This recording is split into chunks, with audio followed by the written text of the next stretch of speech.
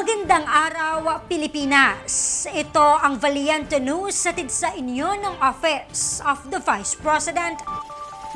Muling binuksan ng OVP Southern Mindanao Satellite Office sa mga Dabawenyo ang Extraordinary The Vice Presidents of the Philippines pop-up exhibit na kabilang sa mga naging highlight sa 90th anniversary celebration ng tanggapan. Narito si Maribeth Adlawan para sa karagdagang detalye. Dinala ng Office of the Vice President, Southern Mindanao Satellite Office sa Philippine Women's College ang Extraordinary the Vice President of the Philippines pop-up exhibit. Ang formal na pagbubukas ng exhibit ay personal na dinaluhan ng mga mag-aaral, mga guro at iba pang mga bisita. Highlight dito ang legasiya, serbisyo at programang itinaguyod ng mga nagdaang pangalawang Pangulo at ang benepisyong hatid nito sa iba't ibang sektor, sa edukasyon, kabuhayan o kalusugan man.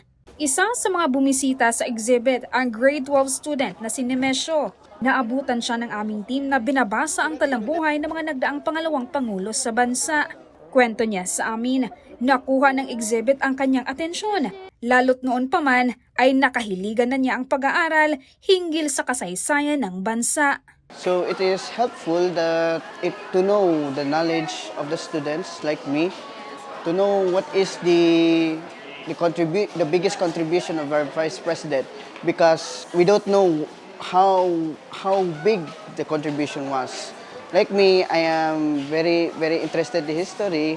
Always ako nakabasa ng history. Mostly during sa time ni Vice President Lopez.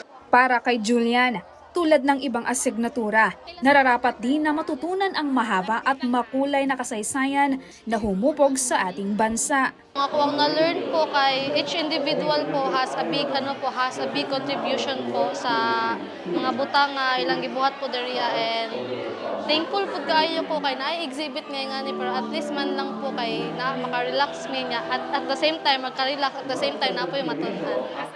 Sa muling pagbubukas ng exhibit ngayong taon, ito na ang pangatlong lugar sa Davao City na pinagganapan ng naturang exhibit. Magtatagal naman ang aktibidad hanggang Marso 9. Una nang inilahad ng OVP na nakatakdang dadalhin sa mas marami pang lugar sa bansa ang exhibit bilang bahagi ng pagdiriwang ng ika-90 na anibersaryo ng tanggapan. Layunin nitong mapanatiling buhay sa diwa nating mga Pilipino ang mahalagang kontribusyon ng mga nagsilbing pangalawang Pangulo ng ating bansa.